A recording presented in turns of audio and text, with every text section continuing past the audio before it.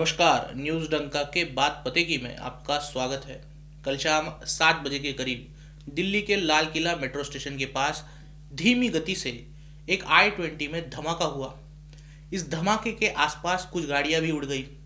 धमाके की तीव्रता इतनी भयानक थी कि जगह पर ही 8 लोगों की मृत्यु हो गई और 25 से ज़्यादा घायल हुए। आज की खबरों के अनुसार मृतकों की संख्या बढ़कर 12 हो चुकी है। शवों की हालत इतनी छिन्न विछिन्न है कि डीएनए टेस्ट के अलावा उन्हें पहचानना मुश्किल है।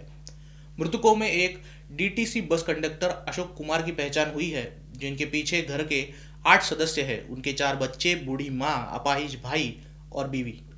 यह धमाका आखिर कैसे किया गया हम देखेंगे, लेकिन उससे पहले थोड़ा बैकग्राउंड समझ लेते हैं। जांच में अब तक सामने आई रिपोर्ट के अनुसार इस धमाके को पुलवामा के डॉक्टर मोहम्मद उमर ने अंजाम दिया था। रिपोर्ट के अनुसार धमाके के वक्त उमर गाड़ी में ही था और विस्फोटक के रूप में उसने अमोनिया जेल या अमोनियम नाइट्रेट का इस्तेमाल किया है। कुछ सूत्रों के अनुसार डॉक्टर उमर हमला कर सकता है, इसका अंदेशा पुलिस को पहले से हो चुका था। फरीदाबाद टेरर मॉड्यूल में उसकी खोज हो ही रही थी और अपने साथियों के फंसने के बाद वो फरार भी चल रहा था। इस हमले के 15 दिन पहले से ही इस हमले को रोकने के लिए जम्मू कश्मीर पुलिस, हरियाणा पुलिस एक साथ काम कर रही थी।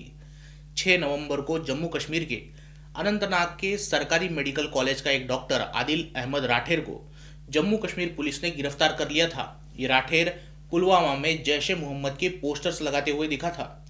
राठेर के जीएमसी लॉकर से पुलिस को AK-47 और कुछ कारतूस मिले। पुलिस ने दबाव डालकर राठेर से जानकारी निकलवाई, तब पता चला कि फरीदाबाद में अमोनियम नाइट्रेट का स्टैश भरकर रखा है। राठेर से मिली जानकारी के चलते हरियाणा पुलिस ने तुरंत फरीदाबाद के अल फलाह अस्पताल के डॉक्टर मुजामिल शकील को गिरफ्तार कर लिया। इस मुजामिल के कमरे में 350 किलो का अमोनियम नाइट्रेट बरामद किया गया। इसके साथ ही लखनऊ की एक महिला डॉक्टर शाहिना को भी हिरासत में लिया गया, जिसकी कार में पुलिस को AK सीरीज की एक राइफल मिली है। वहीं सोमवार की सुबह जम्मू कश्मीर पुलिस ने नवगाम, शोपिया, गांदरबल, पुलवामा से 8 से 9 आतंकियों को गिरफ्तार किया। इन आतंकियों के पास से भी 2900 किलो की विस्फोटक सामग्री जब्त हुई है, यानी कुल 3250 किलो की विस्फोटक सामग्री जब्त हुई। लेकिन जानकारी मिली कि कुछ विस्फोटक लेकर अल फलाह का डॉक्टर उमर फरार हुआ था और पुलिस उसे ही ढूंढने में लगी हुई थी। वही डॉक्टर उमर नबी, जिसने लाल किले के पास कल शाम को धमाके को अंजाम दिया। विशेषज्ञ की माने तो डॉक्टर के भेष में घूमने वाले इन आतंकियों का कवर बस्ट हो चुका था। इनके पास से भारी मात्रा में विस्फोटक बरामद हुए थे। ऐसे में फरार उमर नबी डर गया और उसने आखिर में अपने मकसद को अंजाम देकर 72 हुरों से राब्ता करने का फैसला कर लिया। ये सभी आतंकी जैश ए मोहम्मद के गजवत अल हिंद टेरर मॉडल का हिस्सा है।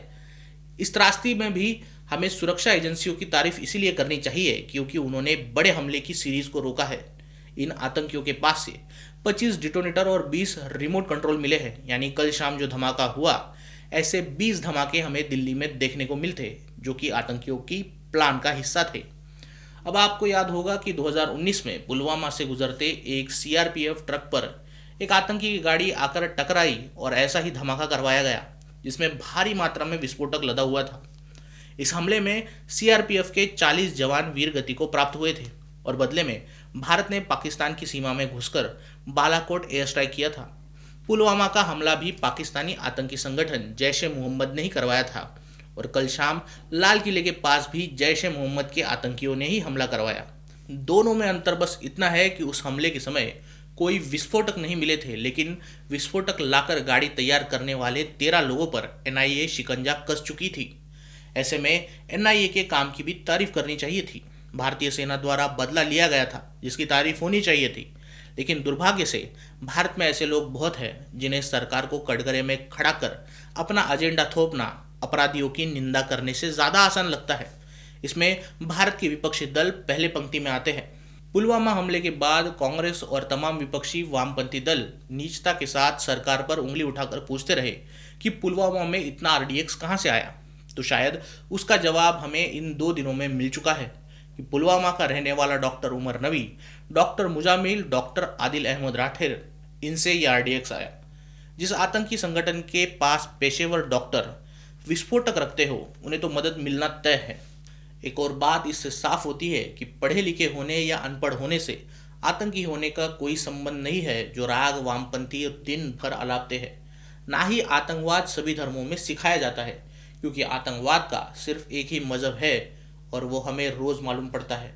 3 दिन पहले गुजरात एटीएस ने 3 आतंकियों को अरेस्ट किया था, जिनके आईएसआईएस के साथ कनेक्शन थे। इनमें से एक डॉक्टर अहमद मोहिउद्दीन सैयद, इसने चीन से डॉक्टरी पढ़ी है। इसने 2 लोगों के साथ मिलकर 4 लीटर तक राइसिन जहर जमा किया था। इसके 2 साथियों के साथ मिलकर इसने लखनऊ के आरएसएस कार्यालय की रेकी कर रखी थी। बड़े बड़े मार्केट, मंदिर, भीड़ भाड़ वाली जगह की रेकी कर रखी थी। राइसिन एक ऐसा जहर है कि इसकी मात्र 1 बूंद से आदमी परलोक सिधार जाएगा, और डॉक्टर सैयद के पास 4 लीटर तक का जहर जमा कर रखा हुआ था। मतलब साफ था कि बड़ी संख्याओं में हिंदुओं को निशाना बनाना था। खैर, अब तक की जानकारी के अनुसार हमारी इंटेलिजेंस की टीमें काफ़ी शार्प रही है, चौकन्नी रही है। वो जहां मिले जांच कर रही है, जितना हो सके उतना अच्छा आउटपुट दे रही है, जिसके चलते पिछले 11 साल में ऐसे ही बड़े बड़े हमले रोके जा सके।